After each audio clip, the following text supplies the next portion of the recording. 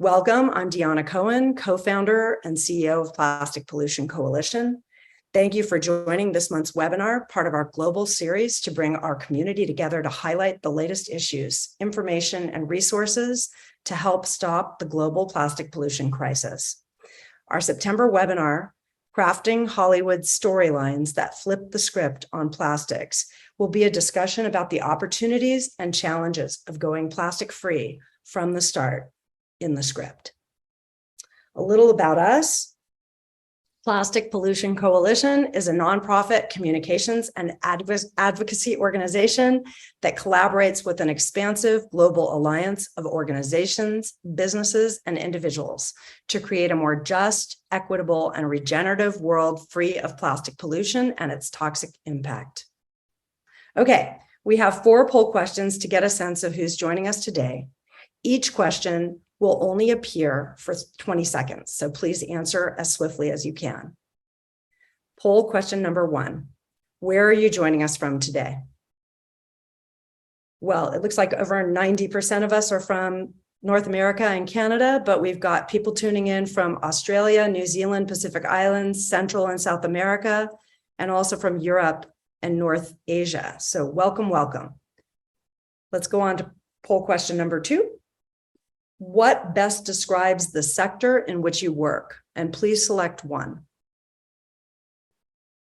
So we have a lot of fellow folks from the NGO nonprofit world, but it looks like we've got almost 20% of people joining us from media, film and TV, et cetera, and people joining from government and policy, education, corporate business, research, and other. So a very wide array of folks joining. Thank you.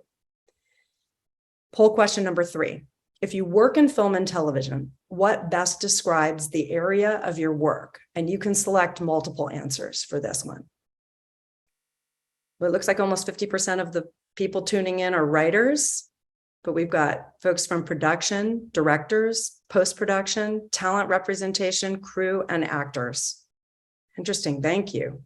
Our final poll question number 4. What is your biggest concern regarding plastic in film and television? Well, it looks like about 50% of the answers are all of the above. So that would include portrayal of plastic in stories, portrayal of plastic on screen, amount of plastic used in production, amount of plastic used in catering and craft services, and the revenue from product placement creating more on-screen plastic. Thank you for sharing. Now, as we begin, I would like to tell you about Flip the Script on Plastics. Flip the Script on Plastics is an initiative to help the entertainment industry model real solutions to the plastic pollution crisis, both on set and in storylines.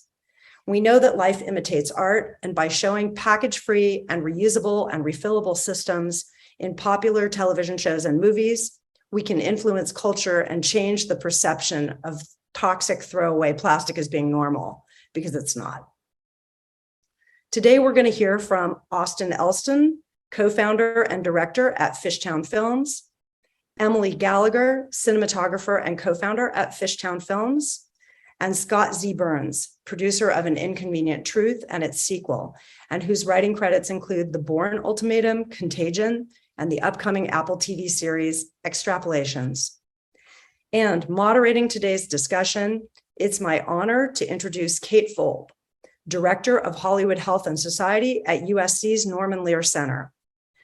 Plastic Pollution Coalition is working in partnership with Hollywood Health and Society to educate content creators and provide resources and expertise to integrate plastic-free concepts into storylines on TV. Kate has more than 20 years of experience in the entertainment education field. She leads a team of public health and media professionals, entertainment, content creative experts in health, medicine, science, safety, and security to ensure accuracy in their depictions. Her team also conducts research on the impact of television storylines on viewers' knowledge, attitudes, and behaviors. Kate, we are so happy to have you moderating today. Welcome, and I'll turn it over to you. Hi, everybody. It's a pleasure to be here. Thank you, Deanna. This is a really exciting discussion. I'm looking forward to it. I'll give you just a very brief background of Hollywood Health and Society, just so those of you who may not know us. For over 20 years now, we were founded in 2001 by Norman Lear, who is still with us today at 100 years old. We are a free resource to the entertainment industry on issues around health, safety, and security. So we're partnered with the Writers Guild, the Television Academy, the Producers Guild, and many others. Writers can contact us on demand. Anything you're interested in writing about, we can help you do the research so that you can stick to writing great stories. So please call us, email us. We have operators standing by to take your calls and emails, and we're happy to help on any topic from plastic pollution to cancer to climate change to immigration policy and everything in between. So, and we're delighted to be partnered with the Plastic Pollution Coalition on this critical effort and very important issue that we're going to dive into momentarily. So I'm happy to be here. I want to introduce our panelists. Deanna gave a quick introduction to them, but I want to bring them all on now. First, we have Austin Elston and Emily Gallagher from Fishtown Films. Their passion and respect for the planet inspired them to co-found Fishtown Films, with the vision of creating a company, go figure, that focuses on art, collaboration, and sustainability. And during the production of their feature film entitled Citywide, they produced, get this, only 16 ounces of waste total for the whole production.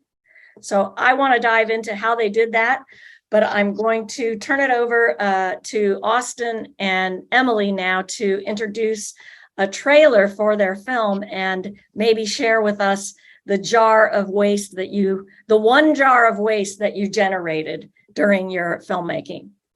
Hello, I'm Austin Elston. I'm the writer, director of Citywide, also co-founder of Fishtown Films with Emily Gallagher, my partner. And I'm Emily. I'm the cinematographer and editor at Fishtown Films, and we made Citywide and generated only 16 ounces of trash total over the course of 3 years, which is a feat because the average movie makes about 350 tons of garbage. So this challenge was really fun and really challenging to execute. But we're excited to share with you a trailer that we cut for you. Yeah, we have a special trailer that we cut specifically for this webinar, and just also for this webinar and everybody who's involved.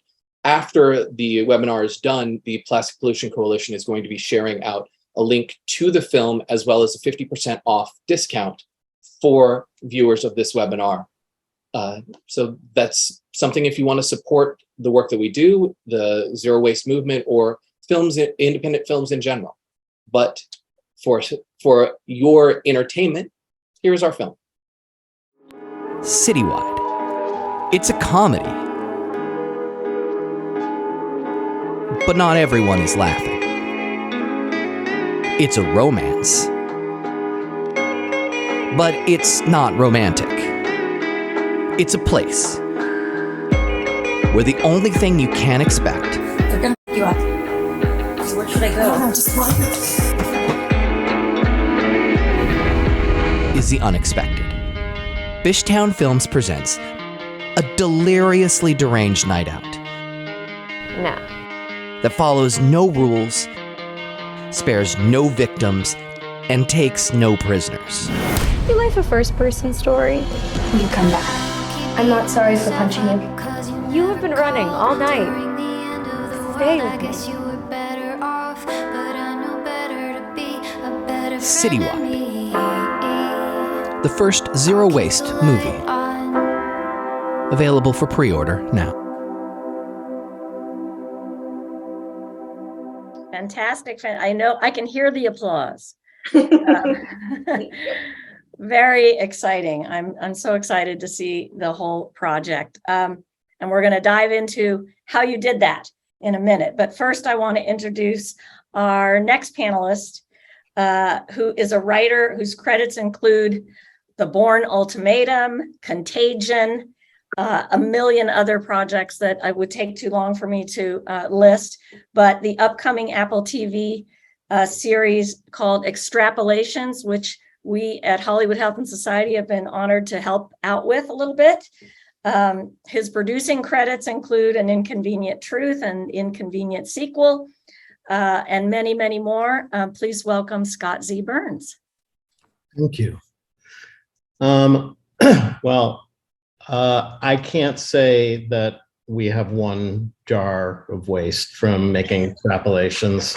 I'm so in awe of what Austin and Emily are able to do. I would have to show you an embarrassing amount of waste. But what I will say is that when we started the process, one of the things we really wanted to do was minimize our carbon footprint and aim for zero.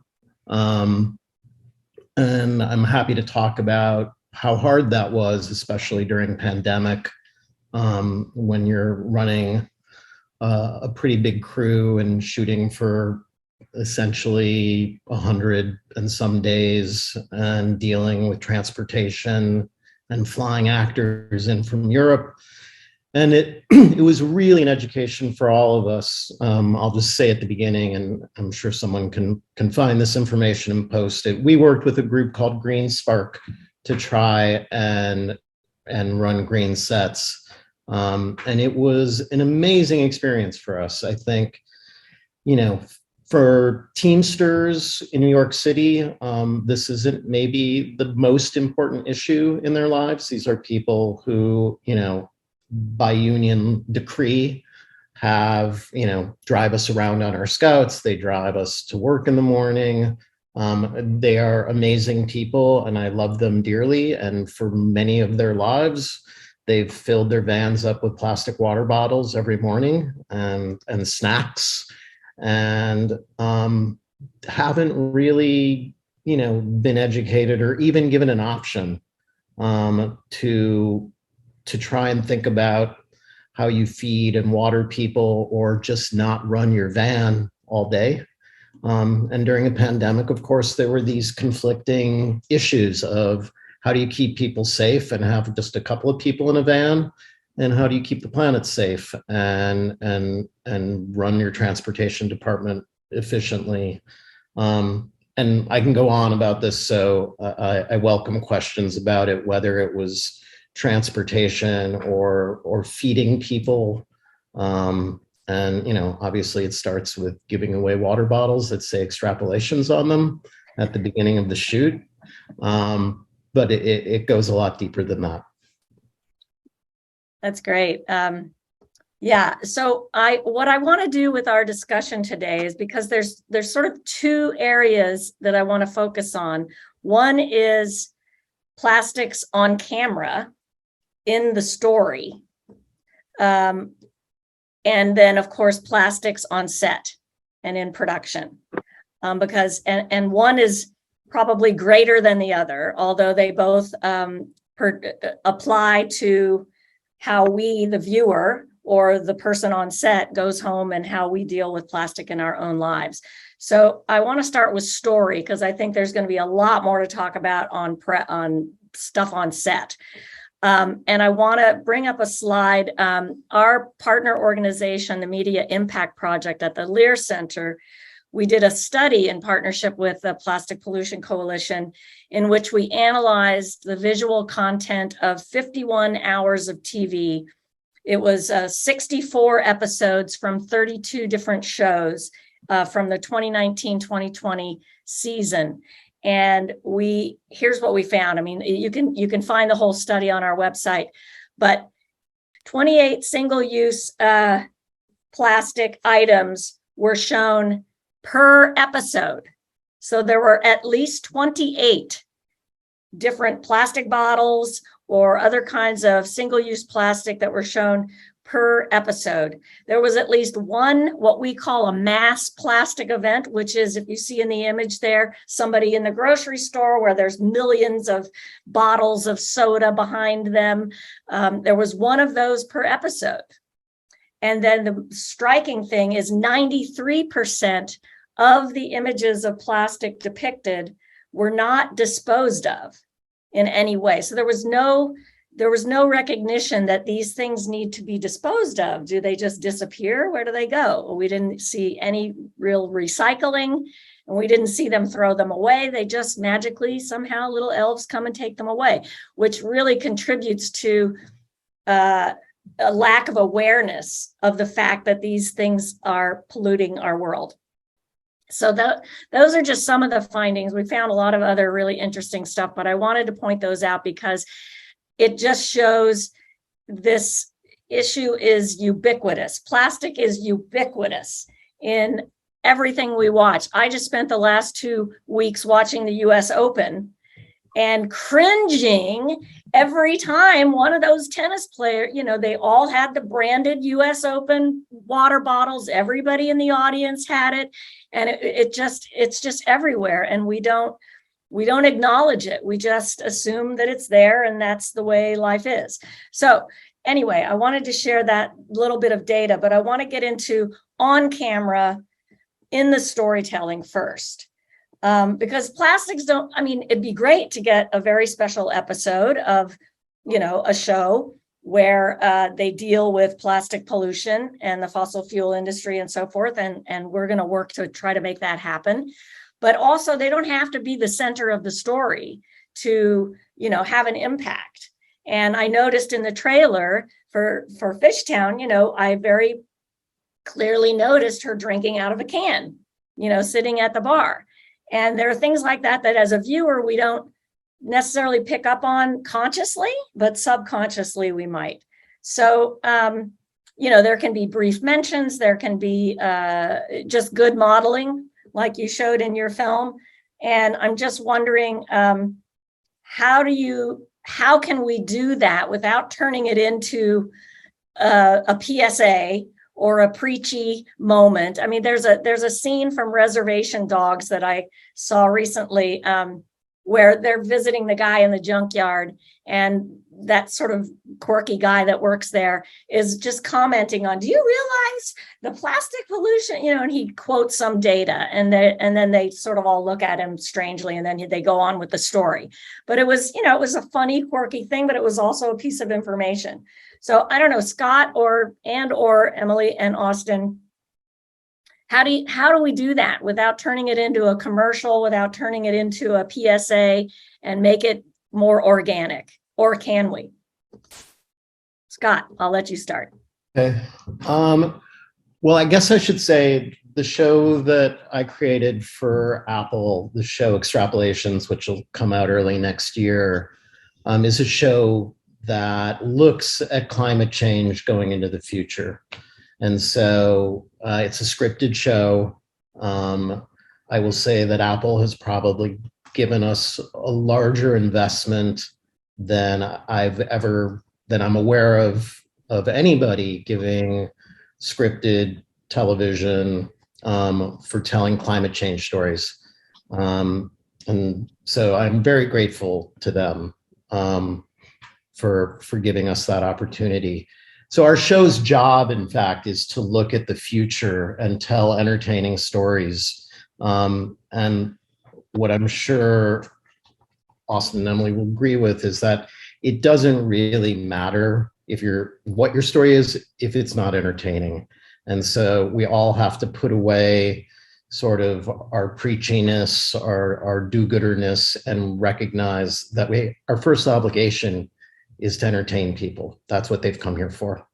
And so the mission of our show was, how can we look at life on Earth and human stories over the next 40, 50 years and see how climate, plastic, fossil fuels, all of the issues that cascade from climate change, how do they affect us? If Romeo and Juliet was written 15 years from now, how would it differ? Love still exists, but what impact would climate have on people's lives and where they live and what they think about starting a family and a host of other things. So, I can tell you in our pilot, within 20 or 30 seconds, we have images of a lot of plastic bottles. And we connect them directly to the idea that, this is how we're despoiling the planet. And they don't need to be there. I met David de Rothschild a few years ago when he built this giant boat out of garbage and sailed it out to the garbage patch, actually to Australia. But it's obviously something that has become an issue we can see from space. So we have visual images of the problem. We also have a storyline where someone has a child and the child has some issues, and one of the parents talks about, is there plastic in my sperm? Have I screwed up my kid because I live on a planet where this plastic isn't just floating around in the ocean, it's floating around inside of us. And so we're looking to connect those dots and not make them just preachy PSA-like things that are stacked onto the story that in fact are plot drivers. So that's sort of what we did. Great. Emily, Austin, about your current film, but other projects you've worked on as well. Have you dealt with integrating this issue into the story? Yeah, Absolutely. we have.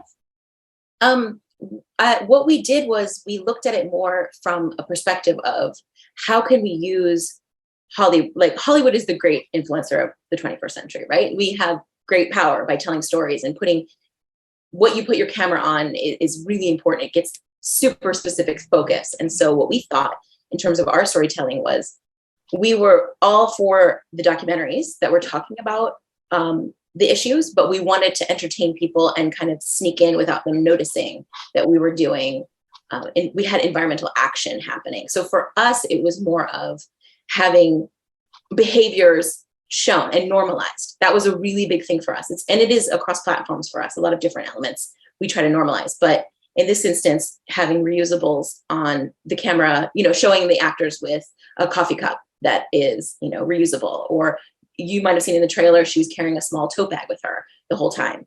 And so there's this constant reinforcement of behavior without having to talk about it, was our thought process. Austin?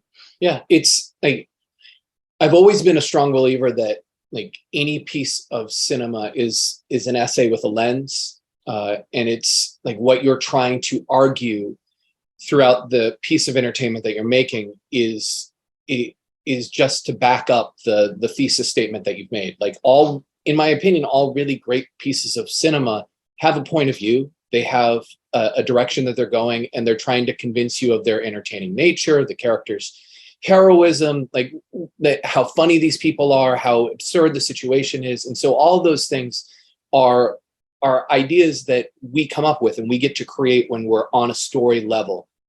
And I think that the greatest thing and the most fun thing about making or writing a piece of cinema is that moment when you realize that you have full power of the creation of this world.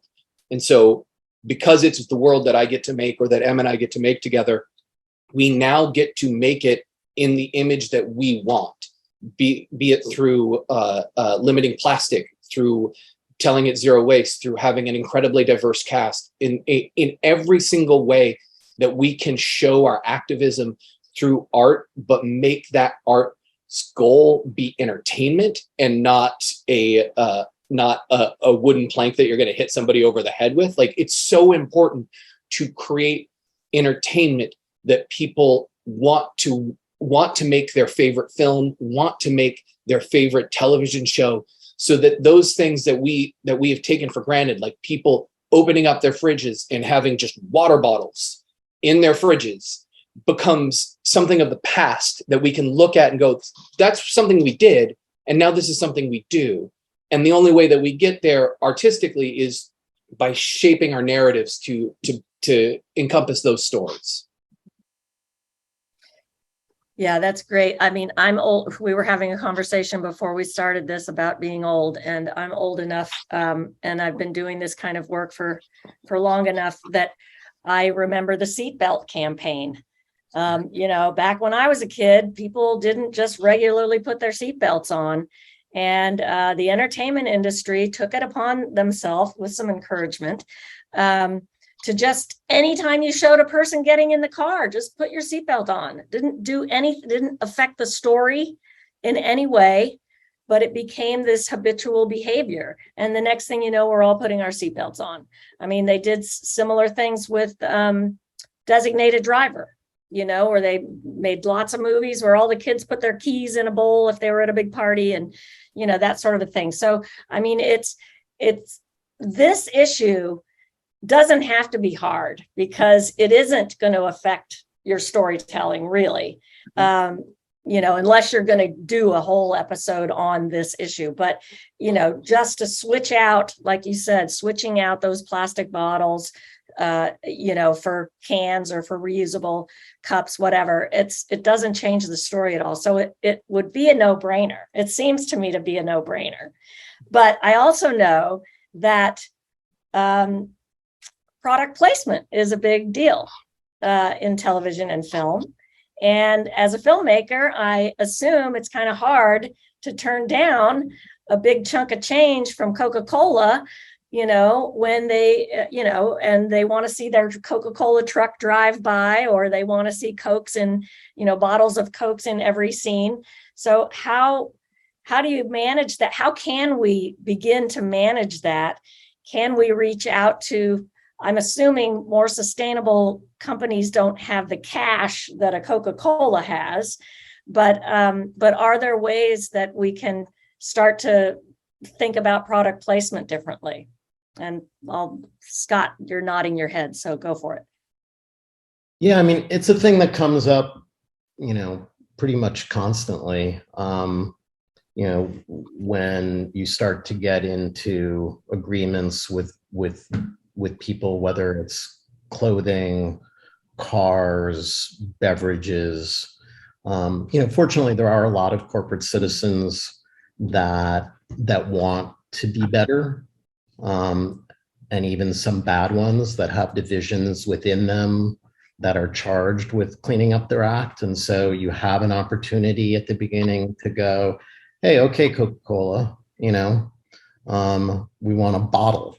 Or can we put your logo on something that isn't a single-use item?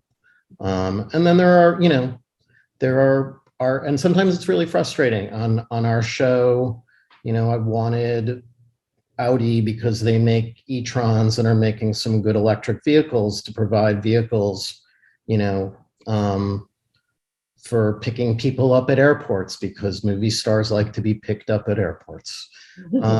And it's also not always the easy, it's hard to say to, Kit Harington, after he's flown over from London to be in our show, can you take public transportation from JFK to Tribeca to stay at your hotel?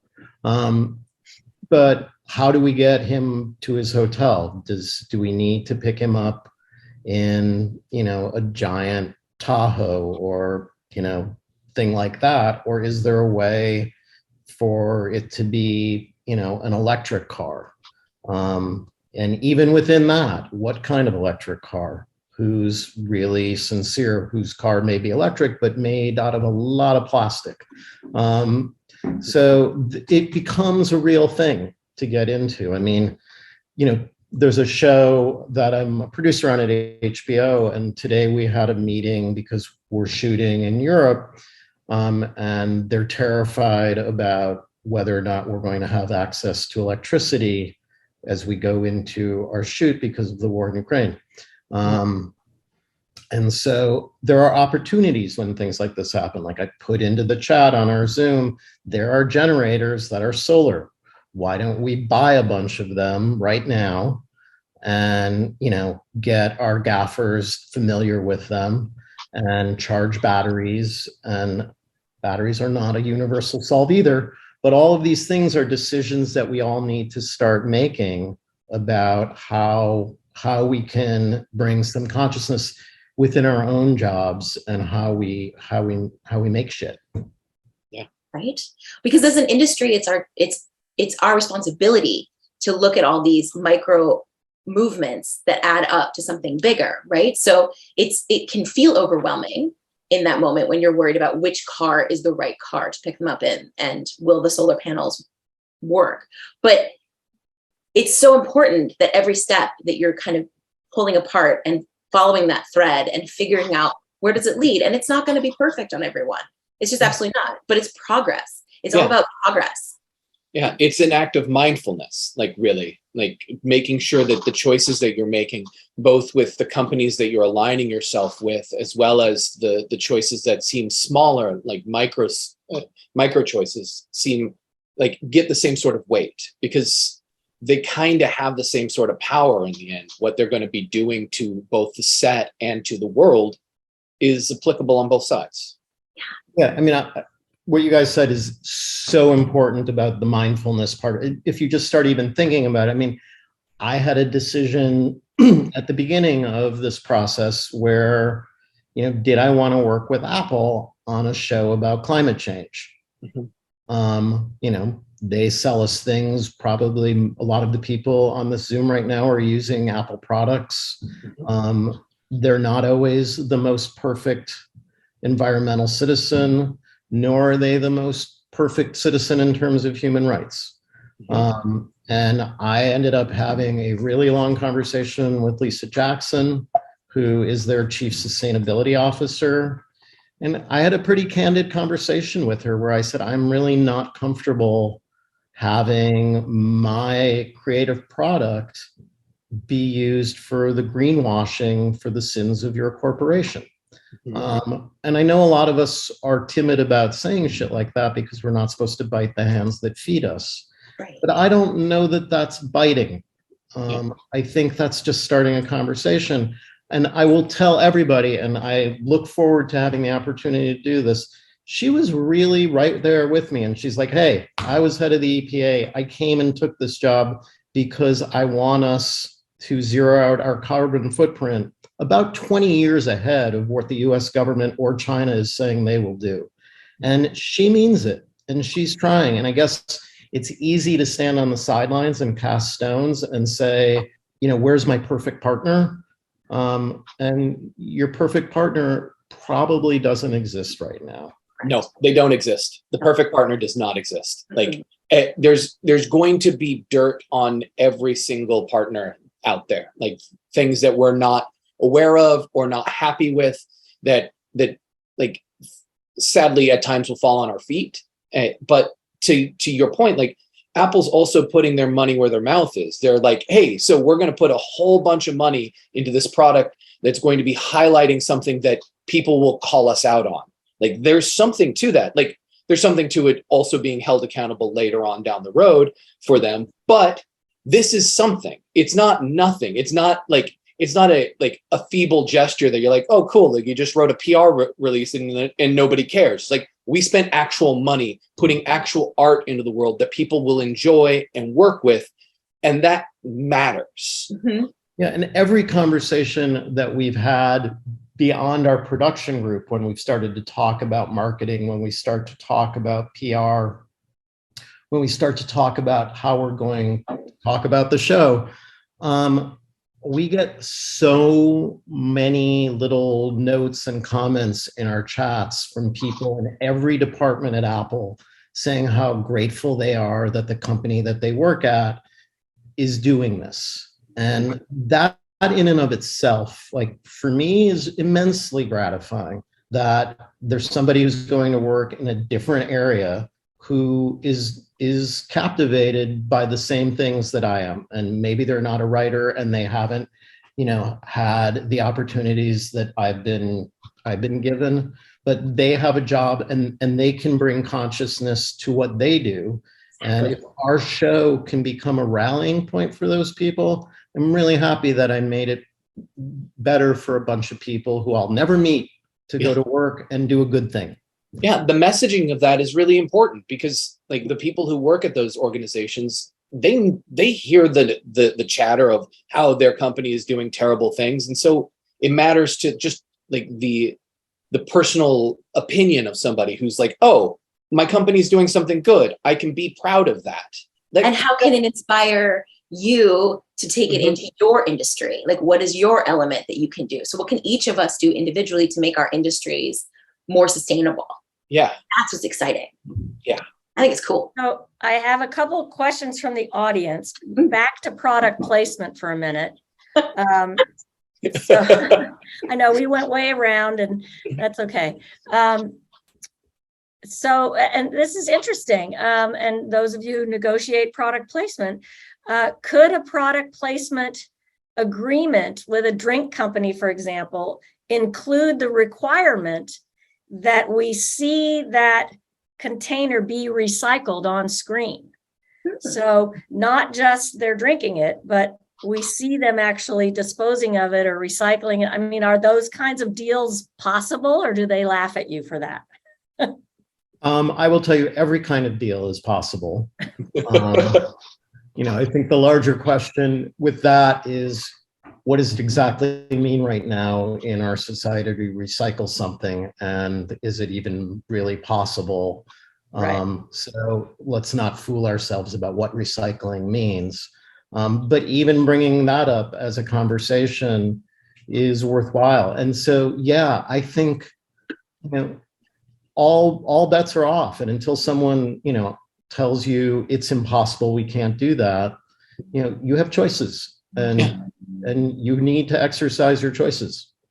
Yeah, it's a situation I find that people have said no if you don't ask, and they can still say no if you ask. But in those scenarios, like, ask, like, live the values that you want to live, like, tell them what is acceptable to you, because it's a negotiation between both parties. It's not, oh, we're just going to do this and you need to do that for us. Like, that's not fair, and not a conversation that I'm particularly willing to have with people of that ilk. Yeah. And this is another question that's kind of in the storytelling vein as well. So 99% of plastics are made from fossil fuels.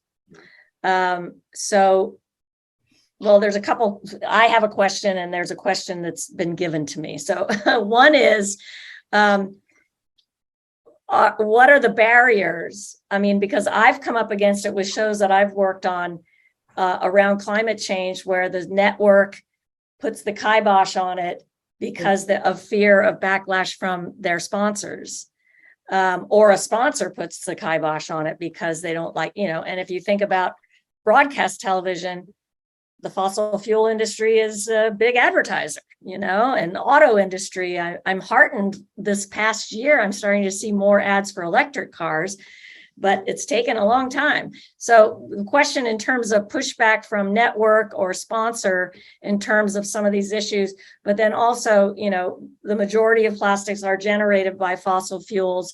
What kind of narratives can we extrapolate from going from plastic to this bigger narrative of climate change and the fossil fuel industry? So 2 questions, easy one first, I guess. The pushback from the studios or the sponsors, and is it getting easier? I mean, maybe are you seeing any difference in that, or have you been in this field long enough to notice? You guys want to attack that, or I mean, we are punk rock and indie. Yeah. So we can be anarchists in any way we want. I have a lot of admiration, and I'm inspired by that. Look, I've always tried to make it really clear to the studios I work with and the producers that I'm not really comfortable going out and lying. That's just not what I want to do with my limited time here on Earth. And so I'm not going to do that. And so please don't put me in a position where you expect me to go and lie.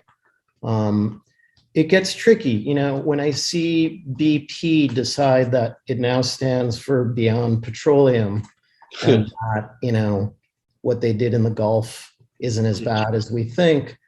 And then I wonder when I turn on things and I see BP being, listed as one of the sponsors, it makes me squirm. I would have a hard time working for BP.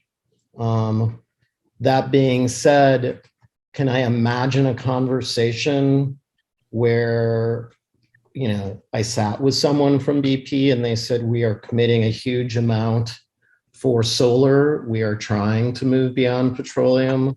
Don't confuse us with what BP was 100 years ago or 50 years ago.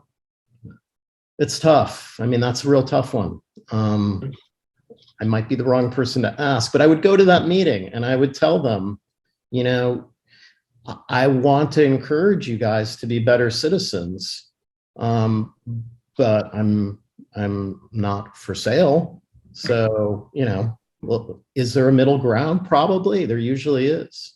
And it's also hard because we're living in an active present where like everything is shifting and people are trying their best to, well, hopefully people are trying their best to do better for themselves and for the planet. And so you don't want to just out of hand just negate somebody's existence. Like that's not really helpful to the discourse moving forward. But it's also like, but it is really hard, like to be present and go, no, you can't do this because, or I can't align myself with this because of your past transgressions, while still being aware that they might be trying to do something better. Like it's, yeah.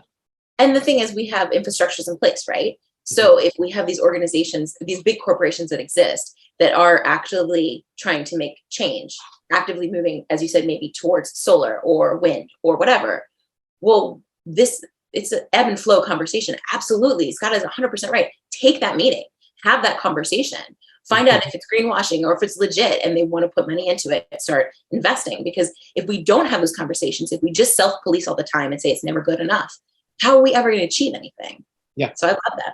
Yeah. And trust your bullshit meter in that regards. Like you will know when somebody is telling you a big bag of lies. You're like, yeah, I can tell. Like you're not going to live those values.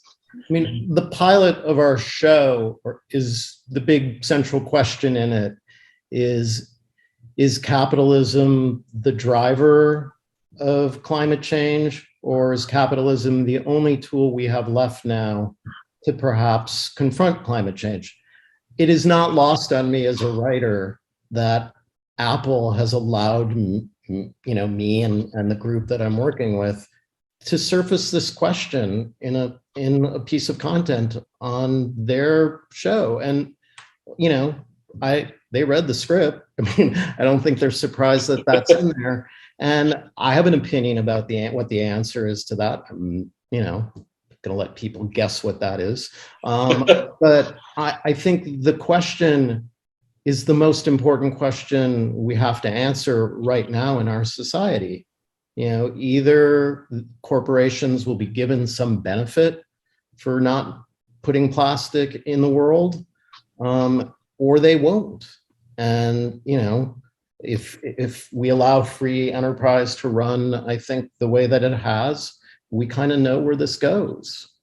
And so interrogating these questions is really, really important. And I really hope that our show opens the door just a little bit to give people the confidence to go, we gotta talk about this. Yeah. That's awesome. Yeah. Okay, a couple more about story, and then we're going to switch to production, even though we've kind of gone round all the way around anyway. So what opportunities do you imagine exist to bring real stories about plastic and solutions and alternatives to plastic into the narrative around climate change?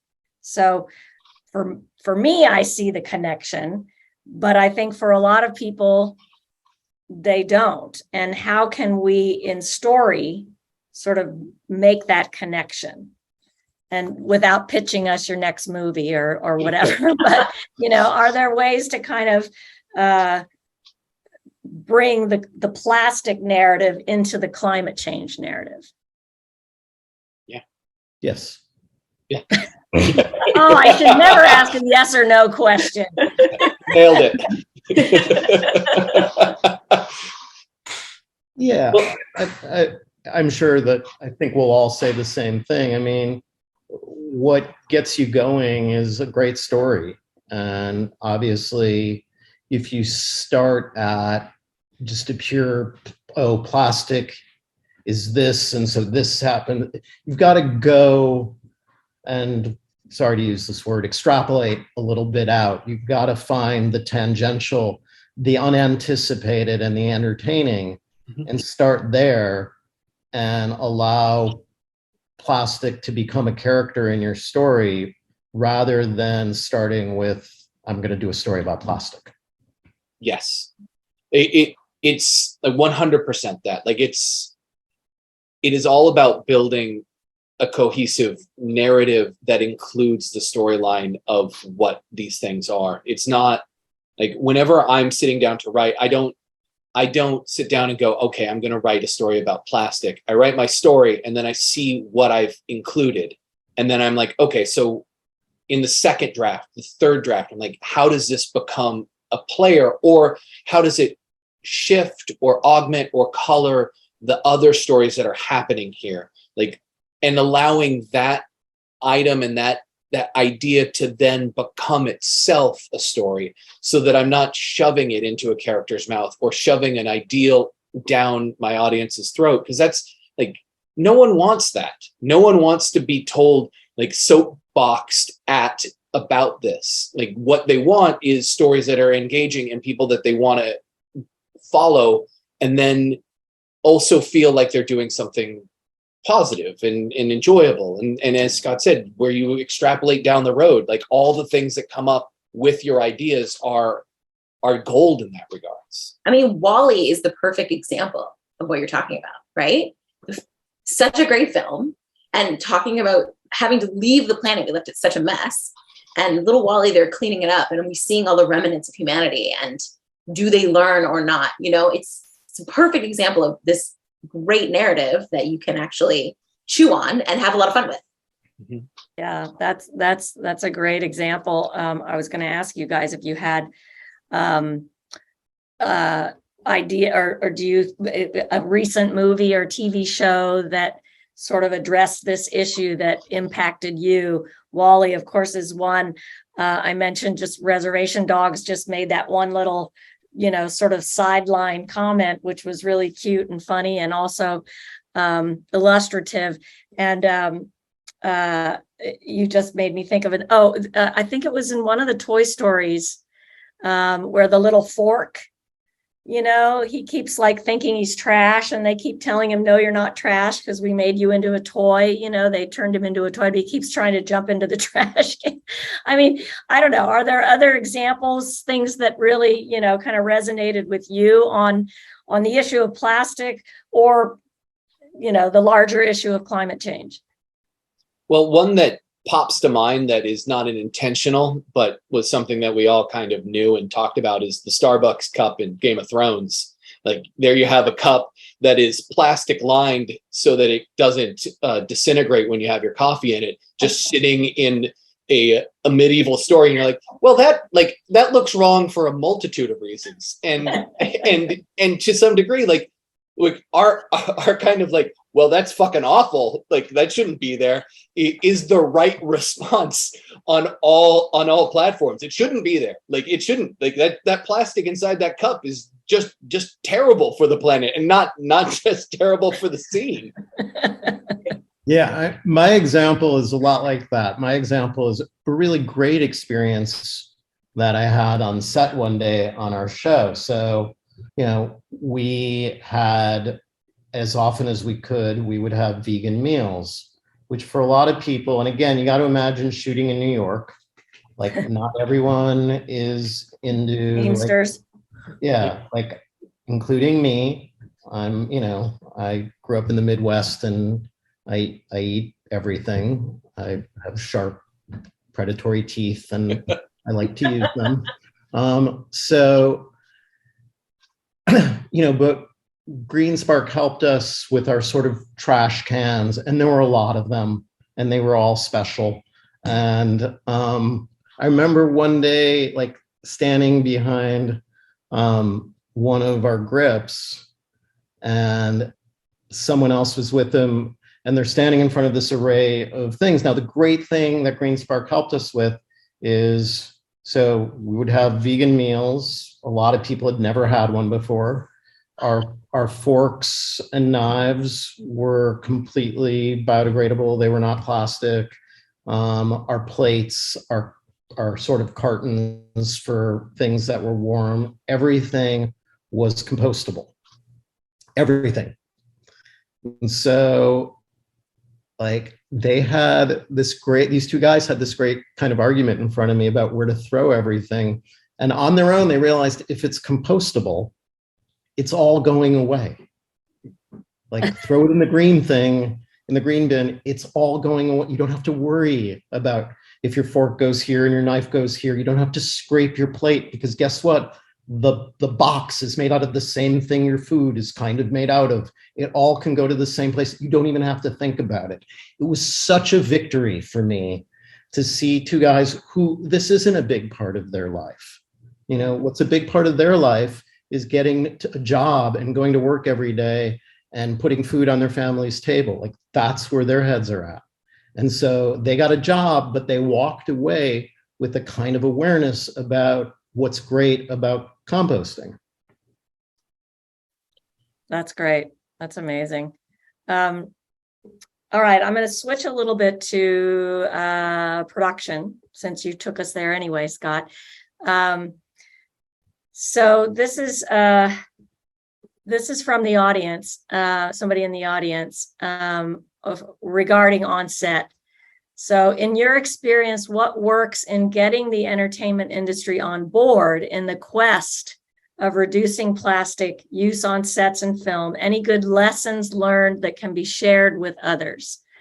So I know we've touched on that a little bit, and I'll just share also, I have a friend who worked on a recent very popular television production, and she insisted on reusable water bottles for everybody, which worked really well for a certain group of people on set, and other people on set, it's just not part of their reality. And they want a bottle of water and they want it now, so it was quite a balancing act without, pissing off half of your crew by being too nudgy about this. So anyway, any advice for the producers that are out there in the audience on this issue? Yeah, I would say conversation. It goes back to what Austin said, mindfulness. In order to achieve this, you got to get everyone's buy-in, right? You've got to talk to every department. You've got to get everyone on board, all the way down to the PA. Like, everyone has to participate in this, and you have to be a leader to get them to do this, to get the buy-in. Right. And so if you share with them why you're trying to do this, what the purpose of this is, educate without being patronizing, but just give them an opportunity to have a conversation with you. It's not a closed door. Talk to me about it. If you're having issues, I want to know what they are. How can we make it really easy? Like Scott said, it's just all goes in the compost bin. Boom, done. You're not thinking about it anymore. That makes it so doable. You have to simplify it, and you have to talk to people about it. Because once you get their buy-in, then they'll do the extra steps, because it matters, because they matter. That's what's really important about all of this. We all, individual people, come together to make this one piece of art. All these different people come together with all their ideas, and we get to create something, and that's so magical and exciting. And in order to do that, you have to inspire them to do that. And why can't it also be about making sure that they're drinking out of a reusable bottle, as well as showing up on set on time in the right place? There's so many different ways. And make it easy for people. I mean, if you give them a water bottle, you got to give them hydration stations so they can refill their bottle. Don't just give them a bottle and think we did the right thing. We put the name of our show on a bottle.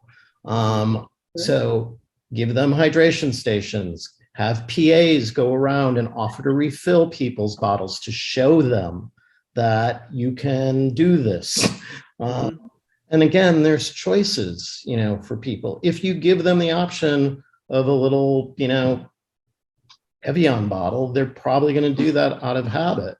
So, you got to kind of work with HODs. I mean, we had buy-in from everybody, and the Green Spark people went to all of our heads of departments and said, how do we make this work for you?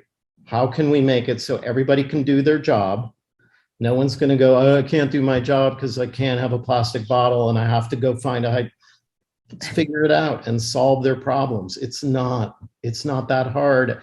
And you just need to make it like Emily just said, it's like you can get to set on time. You would never be late.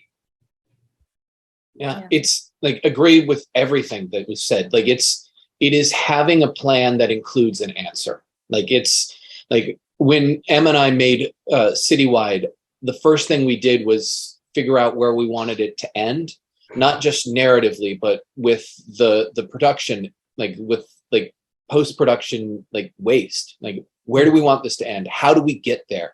And then we work backwards to the beginning to how we're going to cast it, how we're going to audition, and all of those steps along the way we planned and had answers for, so that when people had questions, we didn't just look gobsmacked about, well, I don't know, you're going to have to figure that out. Like if you're going to invest your time and energy into a project that we are spearheading, we better know what we want from you all the way along the line for every department, everybody who's involved in it. That's the only way this really works.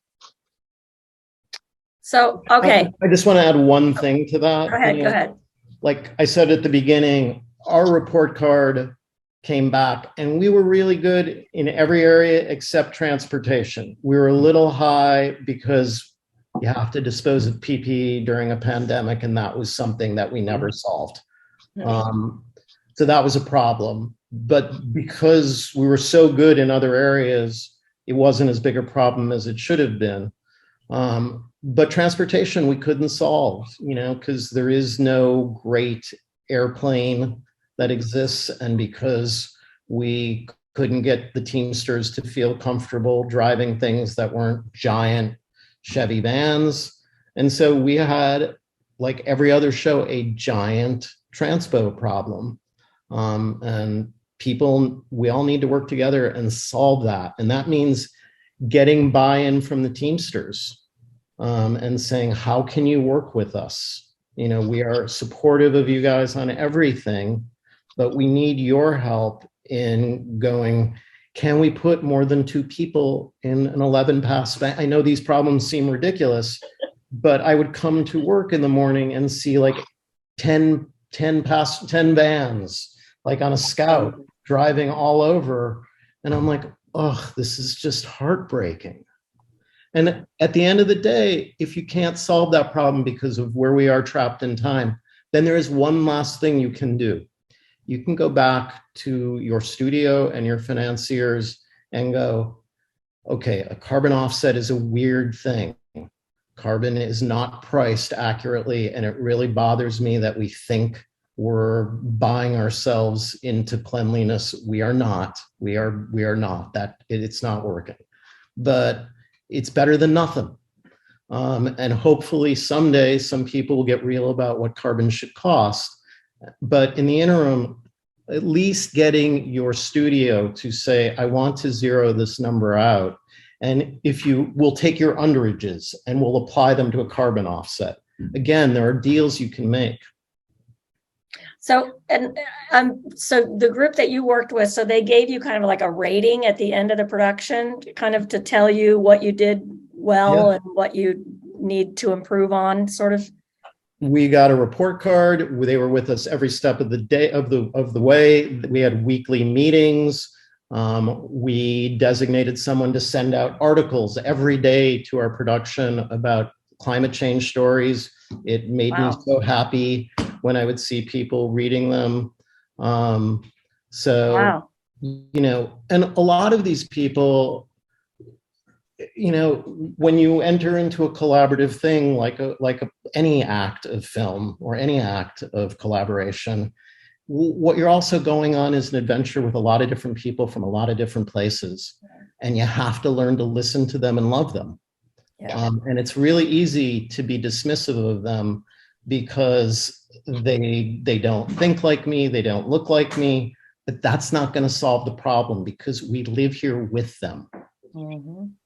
Yeah. Oh, I'm told that the Teamsters are actually Plastic Pollution Coalition members. So next time on your next production, you can mention it because the Teamsters are part of the coalition. So that's good to know. Well, I want to get to how in the world the two of you ended up with this tiny jar of trash after an entire production of a movie. So can you take us sort of step by step? What did you list out to begin with? How did you start before you went into production? And what's in that jar? He's so new. What's in there? But it's mostly gaff tape, to be honest. Oh. Which is the tape you use on set. What I can tell you right now, this is from Clementine's. It was in December and I bought a huge bag of them. Basically what we did was, Alison said, we started backwards, right? So we thought about all the different departments we were going to have to navigate and how we could do that as low waste as possible, right? And so it was talking to our caterers ahead of time. Now, Scott mentioned that his shoot was plant-based a bunch of times. Our set was entirely plant-based the entire time. And we did that mostly because we had so many different allergies, and it was the easiest way to navigate that, but it's also the most sustainable way. And so working with caterers, primarily vegan, are already mindful sustainably. So talking to them about how do we do this without waste? How do we tackle the subject? They were all for it. So costume, salvage, thrifted, every article of clothing in the film, which is amazing. So not a single thing was purchased new for the costumes. Yeah. Props were salvaged. We had Austin. Well, I wanted to add in with the costuming part. Like part of that is the fact of the script that we wrote, which we focused on being in Philadelphia, being in the neighborhood that we know, and we decided to augment it by saying things like, well, how are we going to find a better costume than going to all the thrift shops and using the clothes that are here in town? So in sets, like we shot in local businesses that we talked to, and we had conversations with about what we were doing, what we were aiming to do. And so we invited the community that we were filming in to coexist with us so that we could have an ecosystem that was beneficial to everybody who was here rather than just beneficial to us, and that we put something upon them. And that's like, and I understand that in some films, I know that in some films you are creating things that are not here. So we chose to create a film based in the world of where we found ourselves so that we could augment some of the ideals that we have with the things that were already around us. Sorry for cutting you off, Al. Yeah. It was sort of just a very mindful step, talking to every department and then troubleshooting where you could. Yeah. This was 3 years of work. And we did it from auditions, writing, frankly, auditions all the way through post-production. This is all the trash we generated. It was a lot of work, but it was also really fun. We had a blast. It was after the crew, everybody had fun. It was a fun challenge because it was something new to try as we were working on the process of making a film. Like it made it, I know we're saying mindful a lot, but it made it a non-mindless act. It wasn't just falling into histories or things that we knew that we could do. It was, no, this is with intention. This is with a goal in mind. And because we talked to all the actors during the auditions, they knew from the very start that this was the goal of it. And this is how we were going to go about it. Everybody then bought into that active choice of making a film this way.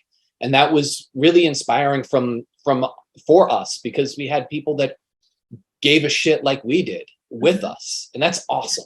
I'm feeling a reality show here. Good. It's like a challenge, like make a movie and generate, this much trash.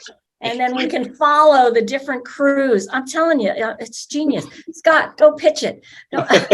They should go and pitch it. They obviously did a better job than I've done. But the other conversation that we need to have, which is a really interesting one, and it'd be great to figure out a way to do it without shame being the big driver, is we gotta revisit luxury and what that means, because it doesn't feel great when you're again picking someone up in a giant SUV and they're staying at a hotel that's bringing them plastic water bottles. And yes, these people are movie stars, and I'm so grateful to so many of them for wanting to tell these stories. But I'll tell you what, Marianne Cotillard is a vegan. She doesn't turn on the air conditioning in her hotel room. She doesn't want super fancy stuff. She does support a major fashion brand. They're not paying me, so I'm not saying their name, but they are entirely sustainable, and she helps make them that way, and she holds their feet to the fire. She is vehemently anti-fast fashion. So like there are people out there who you can have a conversation with, and they don't maybe need the same trappings of success that are antiquated, and that their agents will run around and say, they need, their own star trailer, and, it's got to be cooled to 63 degrees, and, they need a refrigerator full of water bottles. Not everybody needs that anymore. And it's okay for us to have a conversation about what makes a person comfortable so they can do their job, and what makes a person a target for, getting canceled really quickly because they need a private jet and they need, a lot of other things. And it's a weird conversation to have, but like we all got to start having it. Well, isn't that exciting too? Because by having this conversation, we're enabling actors, crew members and stuff to go, oh, I didn't know I could ask for that. I didn't know I could say, I don't want that ridiculous. I can take a lift from the airport, or I'm good. The train is actually super easy for me, or whatever. Like they are free to say that. But if we don't open that door, especially us as a whole unit, the whole industry is saying, hey, talk to me. Tell me if you're ready to make these changes to be more sustainable. I think it's cool. Well, a lot of it comes, go ahead, Scott. Go ahead. I said a lot of it, and maybe I'm going to get my agents, if they're on this, are going to fire me, but like some of it, isn't coming from them. It comes from their reps and their lawyers and their writers saying that, like, this is what this person gets. Well, I think it's okay to say this is what that person got in a different world with a different level of awareness. And let's figure out a way for them to feel valued and for them to be treated with respect at work that doesn't leave a giant fucking carbon hole in the world. You just went where I was about to ask, so we've got to get to the agents and the lawyers to help them understand that those existing riders and contracts don't have to be set in stone, and that we can make changes to those, and hopefully for the benefit of everybody. This is another question from the audience, and then we're going to probably have to wrap up in a minute, or a couple other questions I think I can take from the audience. One that came in earlier when you were talking about how you made your film, Austin and Emily. What about the makeup? Was makeup all sustainable and waste-free? Yeah, we worked really hard for that. That was with our makeup artist, and she knew from the beginning what we were trying to tackle. And so what she ended up doing was crafting like a kit for each person that she had to work with. And then that one she could just keep so instead of having to use like a big kit that had like all this disposables. She was able to work with the character that she worked with. So we had like what, 17? Yeah. 17. And so characters. And we weren't heavy on makeup either, like, to be clear, because this is such like there was a lot of realism in our work. It was supposed to feel very gritty, super inspired by like 1980s New York, smithereens and stuff like that. So that was the vibe we were going for. So we wanted to keep it super minimal, and it was. Hope that helped answer your question. Right. Yeah. And then another question, and this is kind of, being a member of the audience of this discussion, and I find myself asking myself these questions all the time too, is, so what, as a member of the public, what can we do to support you and people like you in bringing forth these sustainability messages? Yes, we're all going to order your movie, pre-order it, and support it, and tweet about it, and do all of that. Yes, we're all going to tune into extrapolations. I can't wait. But what else? What else can we, just as the general public, do to say, I'd rather go to a movie that was made with basically zero waste than to go to a movie that flew, movie stars and put them in yachts and everybody, all the rest of it. How do we, I guess vote with your dollars, but other thoughts? I would also say, go for it. Go ahead, Em. Demand sustainable entertainment. Ask for it. Put it out there. Tell, post about it, tweet about it, hashtag about it, reach out to the Netflix, Amazon, Hulu, all the different platforms that are streaming really wonderful product, and just say, where is your report card? How can we ask for report cards? How can we ask for proof? Show your receipts. Show your receipts. Yeah, please. Well, yeah. And that when you talk about the report card, is there like a person on set that's kind of a bouncer type person that's really keeping everybody in line in terms of, no, you can't come on set with that plastic water bottle, or is it, have we switched into the kinder, gentler, let's talk about your needs? And were either of you, on your respective productions, was there, there's a COVID person now. There's like the COVID person that has to make sure everybody's compliant with whatever the most recent COVID recommendations are. Do you have a plastic pollution or a climate change related person? I guess Green Spark would be that group. Was there a body on your set kind of making sure that people were compliant? Yeah, well, you just said a lot, and it's an issue that I care a lot about. More than once I had to pull people aside, and again, we had a very big crew when we shot on stage. Our stage was next to sort of the construction unit for all of the stages, and so there were carpenters in there who were not technically on our show, even though they were building our sets. And our COVID person would walk through there, or I would walk through there, and I would go, why are there 6 carpenters without masks on? And we only had one positive out of hundreds, and it was the third to the last day. Now, yes, I know a little bit about this because of another movie that I wrote, and I was able to get a lot of, people to pay attention because, they listened to what we were talking about that. But I saw more than one occasion someone really being hostile to our COVID person.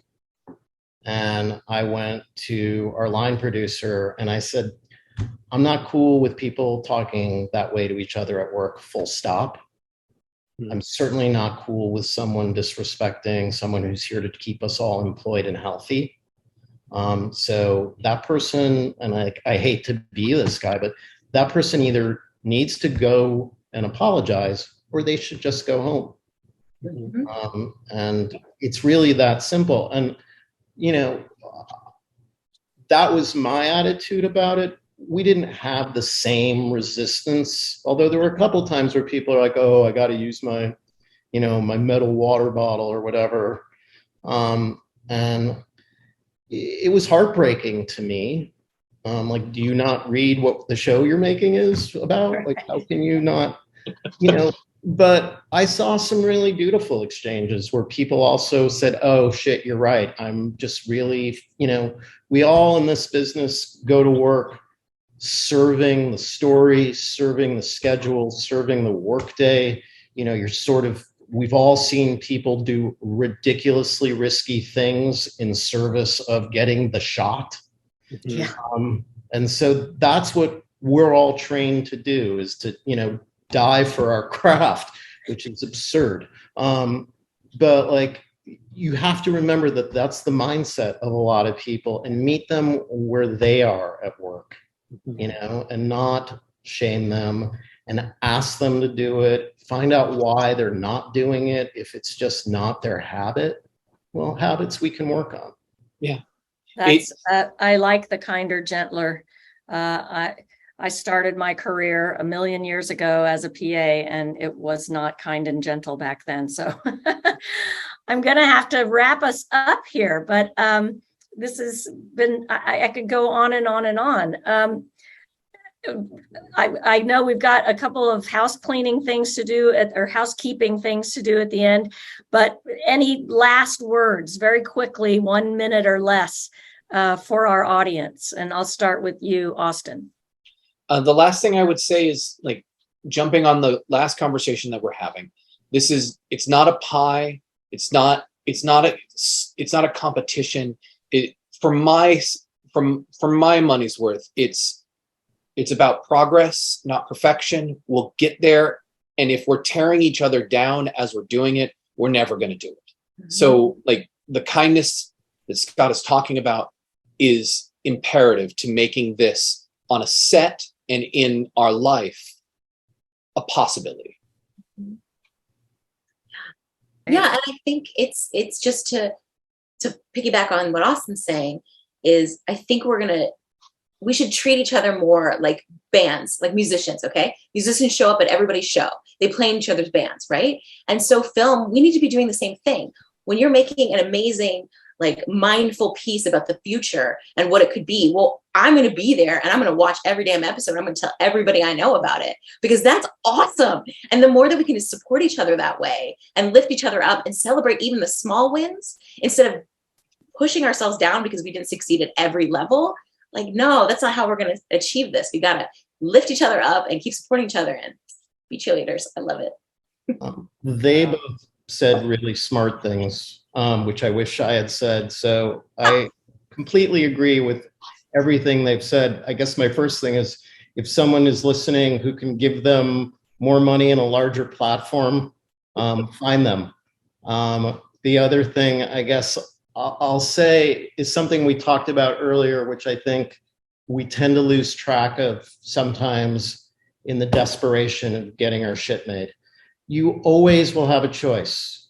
And even after the choice, there's probably another choice. And so constantly just inspect what you do and think about it. Like, there's almost nothing we do in our lives right now that couldn't be done sustainably. You just have to find some awareness about it and go, wouldn't this dinner be great if it was candlelit? Okay, where did the candles come from? You just got to keep asking. Mm-hmm. Yeah. Oh my goodness. Fabulous conversation. Thank you to our fabulous panelists, Austin, Emily, and Scott. This was fantastic. I hope it was great inspiration for our audience. I'm going to turn it back over to Deanna to take us out. Great. Oh my gosh. Thank you. Thank you, panelists, for a really engaging conversation. I have questions. I wanted to be more directly involved in the conversation, but I appreciate standing by and listening to you and learning.